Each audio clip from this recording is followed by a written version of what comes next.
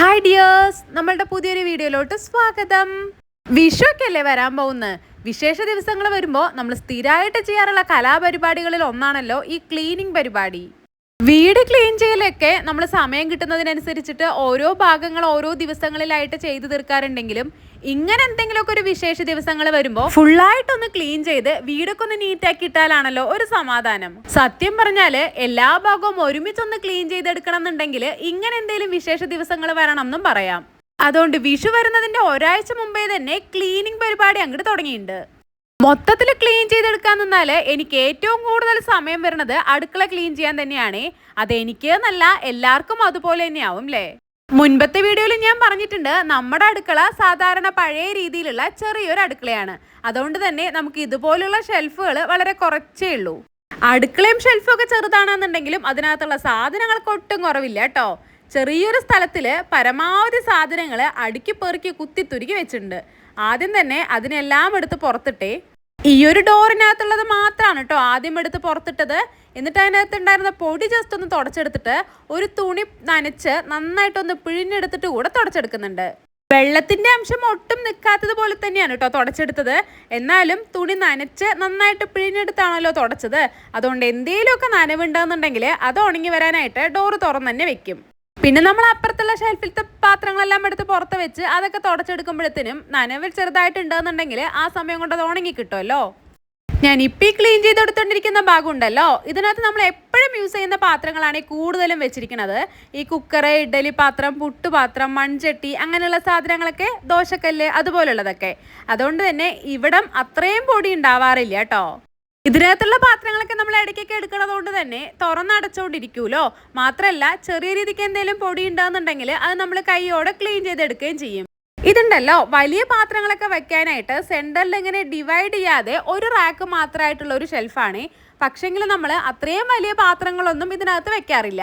അതുകൊണ്ട് തന്നെ കൂടുതൽ സാധനങ്ങൾ അതിനകത്ത് ഒതുങ്ങിയിരിക്കാനായിട്ട് ഒരു കുഞ്ഞു ടേബിൾ ഉണ്ടല്ലോ, അതുകൂടെ ഞാൻ അതിനകത്തേക്ക് ഇട്ടിട്ട് അതിന്റെ മുകളിലും താഴേക്കായിട്ടാണ് കേട്ടോ പാത്രങ്ങളൊക്കെ അടുക്കി പെറുക്കി വെക്കാറുള്ളത്.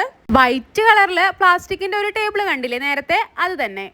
ഞാൻ ഇപ്പം ക്ലീൻ ചെയ്തുകൊണ്ടിരിക്കുന്നതിന്റെ മോൾ ഭാഗത്തുള്ളതൊക്കെ നമ്മൾ ഇടയ്ക്കൊക്കെ യൂസ് ചെയ്യാറുള്ള പാത്രങ്ങൾ തന്നെയാണ്. പക്ഷേങ്കിൽ താഴെ ഉണ്ടല്ലോ, നമ്മൾ ഫുഡ് വാങ്ങിക്കുന്നതിൻ്റെയും ഐസ്ക്രീം വാങ്ങിക്കുന്നതിൻ്റെയും ഇനിയിപ്പോൾ അമ്പലത്തിൽ നിന്ന് എന്തെങ്കിലും പ്രസാദം കൊണ്ടുവരുന്നതിൻ്റെയും ഒക്കെ ആയിട്ടുള്ള ഈ പ്ലാസ്റ്റിക് ഡബ്ബകളൊക്കെ ഉണ്ടല്ലോ, അതെല്ലാം കൊണ്ടുപോയിടുന്നത് ഇതിൻ്റെ താഴ്ഭാഗത്താണ്. പിന്നെ അതൊക്കെ വേണ്ടതും വേണ്ടാത്തതൊക്കെ എടുത്ത് മാറ്റാനായിട്ട് ഇതുപോലെ ഡീപ്പ് ക്ലീൻ ചെയ്യുന്ന ദിവസങ്ങൾ വരണം. സ്ഥിരമായിട്ട് യൂസ് ചെയ്യുന്ന ഭാഗങ്ങളൊക്കെ ഇടയ്ക്കൊക്കെ ക്ലീൻ ചെയ്തെടുക്കാറുണ്ടെങ്കിലും ഇതുപോലെ ഫുള്ളായിട്ട് ഡീപ്പ് ക്ലീൻ ചെയ്യണമെന്നുണ്ടെങ്കിൽ എന്തെങ്കിലും വിശേഷ ദിവസങ്ങളോ അല്ലെങ്കിൽ 2 മാസത്തിലൊരിക്കലൊക്കെയാണ് കേട്ടോ പറ്റാറുള്ളൂ. അതൊക്കെ ഇപ്പം മിക്ക വീടുകളിലും അതുപോലെ തന്നെയാവും അല്ലേ. നമ്മൾ സ്ഥിരമായിട്ട് യൂസ് ചെയ്യുന്ന പാത്രങ്ങളൊക്കെ ഇപ്പം ഈ പൊടികളും ഓയിലും ഒക്കെ വെച്ചിരിക്കുന്ന ഷെൽഫൊക്കെ ഇടയ്ക്കൊക്കെ ക്ലീൻ ചെയ്തെടുക്കാറുണ്ട്. നമ്മൾ ഡെയിലി യൂസ് ചെയ്യുന്ന പാത്രങ്ങൾ വെക്കുന്ന സ്റ്റാൻഡ് അങ്ങനെയുള്ള ഭാഗമൊക്കെ എപ്പോഴും ക്ലീൻ ചെയ്തെടുക്കാറുണ്ട്. പക്ഷെ ഇതുപോലെ എപ്പോഴെങ്കിലും എടുക്കുന്ന പാത്രങ്ങളൊക്കെ അടുക്കി പെറുക്കി ഒതുക്കി വെക്കണം എന്നുണ്ടെങ്കിൽ ഇതുപോലെ വല്ലപ്പോഴും ഒക്കെ അല്ലേ പറ്റാറുള്ളൂ. ഇത്രയും ദിവസമൊക്കെ ആവണതുകൊണ്ട് തന്നെ ഈ കോർണറിലൊക്കെ ചെറുതായിട്ട് ഇങ്ങനെ ചെതിൽ വരണത് പോലെയും ആവാറുണ്ട് കേട്ടോ. അതുകൊണ്ട് തന്നെ നമ്മൾ ന്യൂസ് പേപ്പർ വിരിക്കാതെ തന്നെയാണ് ഈ പാത്രങ്ങളെല്ലാം അടുക്കി പെറുക്കി വെക്കാറുള്ളത്. ന്യൂസ് പേപ്പർ വിരിച്ച് അതിന്റെ മുകളിൽ പാത്രങ്ങൾ വെക്കുകയാണെന്നുണ്ടെങ്കിൽ 1-2 മാസം ആകുമ്പോഴത്തേനും ഉണ്ടല്ലോ ആ പേപ്പറെല്ലാം ഇങ്ങനെ നുരുത്ത് പൊടിഞ്ഞു വരണ പോലെയാവും.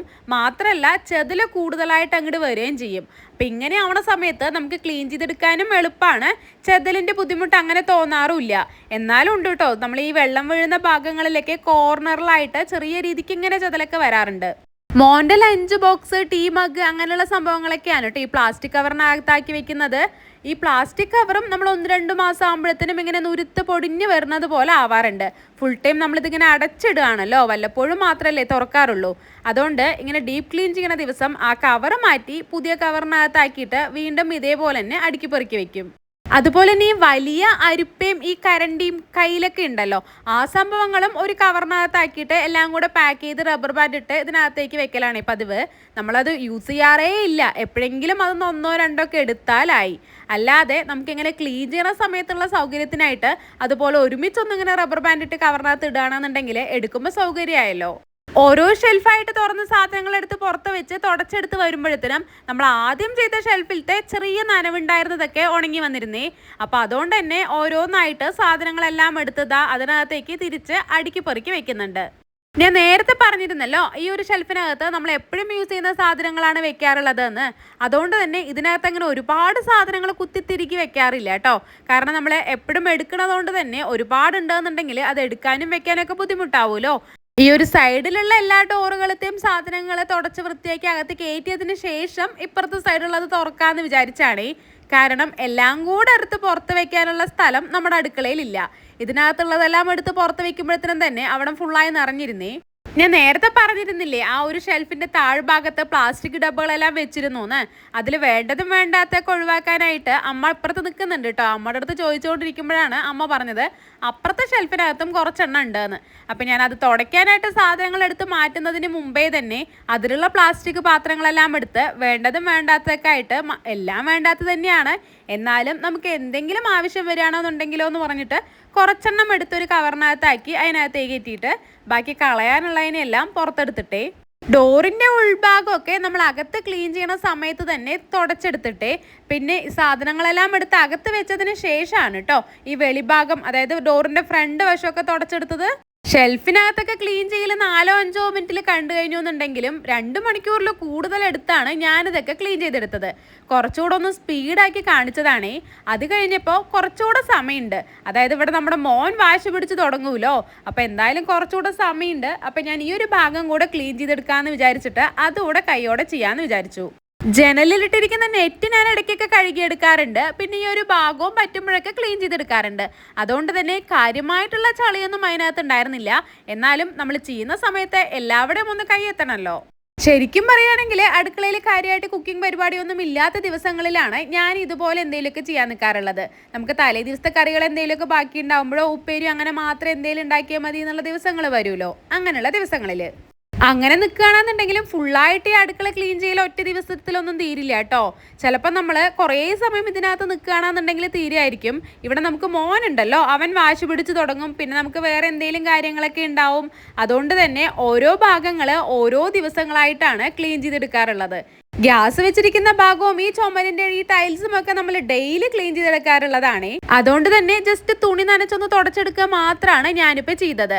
നമ്മൾ കുക്ക് ചെയ്യുന്ന സമയത്ത് ആ ചുമരിലൊക്കെ എന്തെങ്കിലും തെറിക്കുകയാണെന്നുണ്ടെങ്കിൽ കൈയോടെ തന്നെ തുടച്ചെടുക്കണതുകൊണ്ട് അത്രയും കറകളൊന്നും അങ്ങനെ ആവാറില്ല കേട്ടോ. നമുക്ക് അടുക്കളയിലും വൈറ്റ് ടൈൽസ് തന്നെ ആയതുകൊണ്ട് അതൊരു ബുദ്ധിമുട്ടാണ്.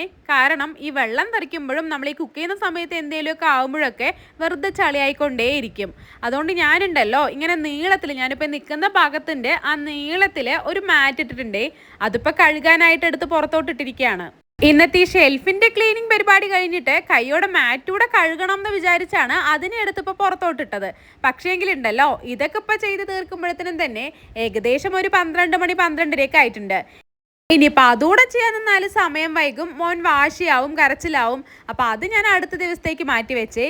കൂട്ടത്തിൽ വേറെ പണികളൊക്കെ ഉണ്ട്. ഇപ്പുറത്ത് നമ്മൾ ഈ പൊടികളും സാധനങ്ങളൊക്കെ വെച്ച ഷെൽഫൊക്കെ ഉണ്ടല്ലോ, അതെല്ലാം ക്ലീൻ ചെയ്യാനുണ്ട്. പാത്രം വെച്ചിരിക്കുന്ന സ്റ്റാൻഡിൻ്റെ ആ ഭാഗത്തുള്ള വിൻഡോ ഒക്കെ ക്ലീൻ ചെയ്യാനുണ്ട്.